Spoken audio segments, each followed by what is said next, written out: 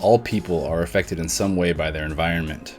Whether it's the natural environment, the built environment, or some combination of the two, there are places on Earth that have the power to speak to your soul in some profound way, while other places might leave you feeling nothing at all. There are multitudes of thoughts and emotions that any particular place can compel us to feel.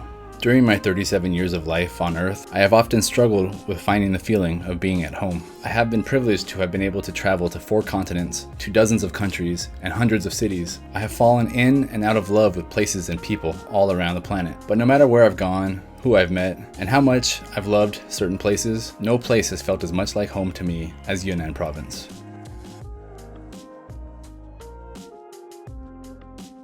Yunnan is the reason why I'm still in China 10 years later. Yunnan is the reason I repeatedly find myself being agreeable to the feeling of being stuck here in China. You might find that odd, considering I currently live far from Yunnan, way across the country in Shenzhen, but the draw to Yunnan is just that powerful. Borders are, for the most part, totally arbitrary. The land within the borders of Yunnan province could have been divided up any number of different ways, and had they been, the physical landscape would remain exactly the same, but the sense of place would be entirely different. Yunnan is the most diverse province in China, in a diverse number of ways. It is the most biodiverse province, with as much flowering plant diversity as the entirety of North America. Its diverse biomes mean that it is home to many animal species, including the last wild Asian elephants in China. Not content just to be a hotspot of plant and animal diversity, it is also home to 25 of the 56 recognized ethnic groups of China, with many preserving their rich culture, history, and language. Geographically speaking, Yunnan has stark mountain ranges, lush rainforests, charming river valleys, picturesque rice terraces, and quaint villages nestled against the hills. I set off late in the afternoon from tropical Xishuangbanna in the far south of Yunnan. Tropical doesn't mean simply hot and humid, it means something. In this case, it means less than approximately 23.5 degrees north latitude. Xishuangbanna rests just south of the Tropic of Cancer. My goal on this day was Shangri-La, a legendary mythical place in the northwestern part of the province. As I drove, lush tropical rainforests gave way to rolling hills of rubber and banana plantations before night set in and I cruised through the darkness. I drove for 6 hours. When I set off from Xishuangbanna, the temperature was a comfortable 75 degrees Fahrenheit, and when I settled in for the night to charge my car and recharge my own energy, we were down to a frigid 35 degrees. I slept until first light and then set off once more on the way to Shangri-La. In the late morning, I arrived in Dali. Dali is perhaps my first love in Yunnan. It wasn't the first place that I ever visited in Yunnan, but it was the first place in Yunnan that spoke to me in a way that gave me a sense of wonder and excitement all those years ago. Returning to Dali always feels like returning home. Dali is situated on Arhai Lake, with the old town being situated directly between the lake and Cang Mountain. Despite the rapid development and great changes in recent years, it still holds a magical appeal to me. Unfortunately, either due to consequences of the pandemic, or hasty expansion, rapidly rising rental costs, or increased regulations on guest houses, or perhaps a combination of all of the above, walking around Dali Old Town on this day genuinely felt a bit sad. The main street in the Old Town was rife with tourists, of course. This was still Chinese New Year after all. People were everywhere, and the town still felt lively. The quirky shops and funky bars that make Dali, well, Dali, have mostly disappeared.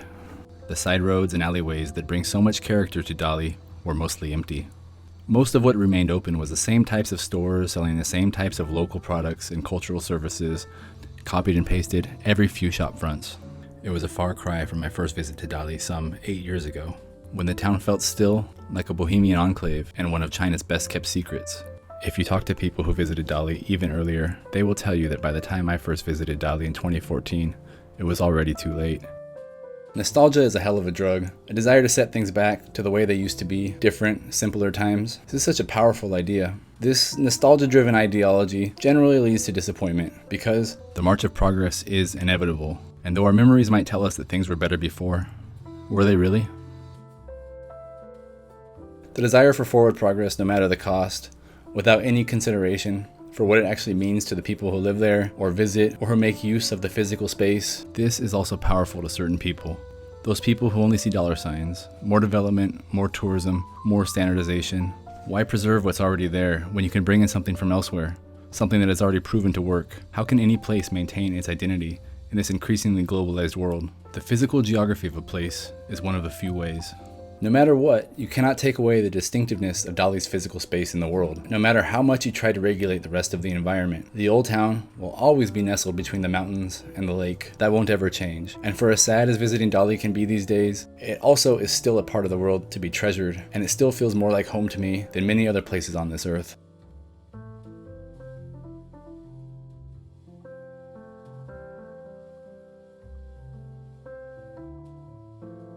I needed to go to Shangri-La because, after 10 years in China, I still had never been there. I've been to most of my bucket list destinations in China by now, but Shangri-La had always eluded me for some reason or another. Perhaps because Shangri-La, this earthly paradise, it doesn't actually exist. Shangri-La in China was renamed after the fictional place, and it shares many of the same characteristics of that Himalayan utopia. Shangri-La in Yunnan is on the Tibetan Plateau, located at almost 11,000 feet above sea level. It is the county seat of a Tibetan autonomous region, bordering Sichuan province to the north and Myanmar to the west. The drive from Dali actually isn't very far, but the immaculate and empty Chinese highway was out of service for the last stretch of road up the mountain, and I had to make my way through some frozen, unforgiving roads as I climbed up the mountain on my way to Shangri-La. Yunnan is one of the few places left in China that lets you still feel like a real explorer, with dark nights, clear star-filled skies, ancient infrastructure. There is that nostalgia for times past coming back again. I sure would have liked an intact road, but I made it in the end. I pulled into Shangri-La as the few businesses that had been open were beginning to shut down for the day. Much like Dali, Shangri-La is primarily a tourist town, and even though it was Chinese New Year holidays, there wasn't much action.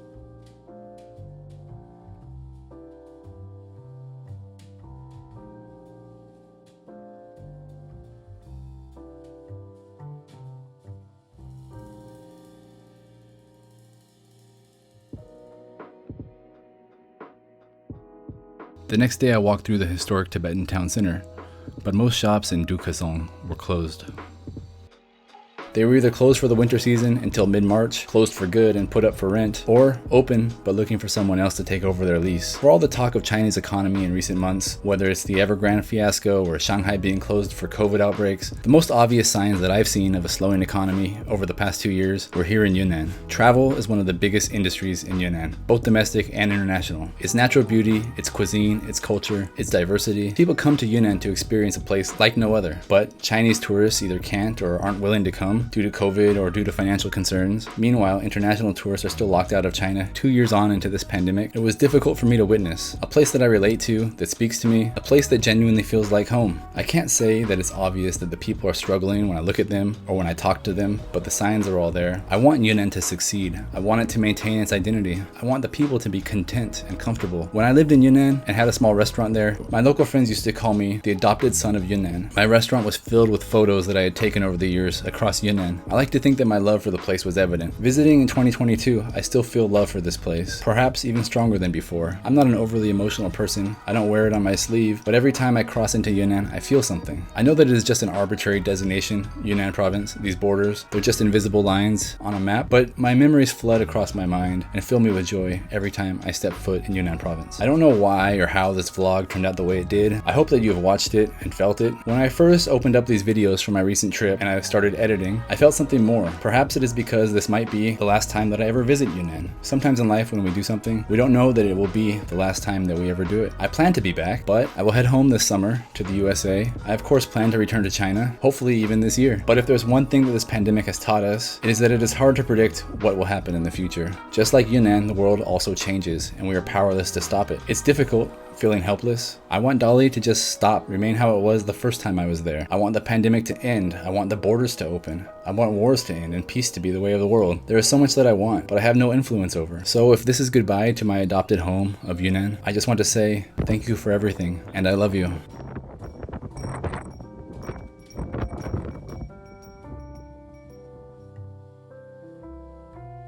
But I do have one more video about Yunnan, filmed after leaving Shangri-La, heading down to the incredible ancient town of Shaxi. That will come hopefully next time, very soon. So if you enjoyed this and you're into this sort of thing, please subscribe to my channel, watch my other videos, give me a thumbs up, send me money on PayPal or Patreon, and of course, thank you so much for joining me on this journey. Goodbye.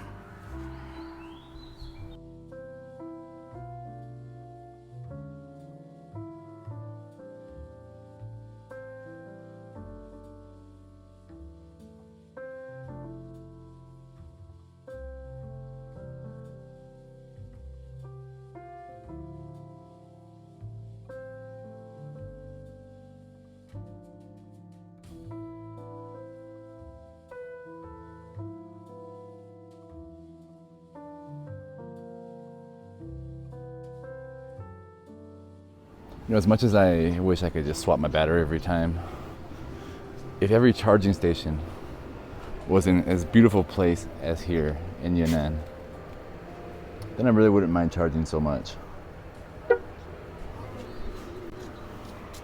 Just a gorgeous place to sit for 20 minutes and charge a car.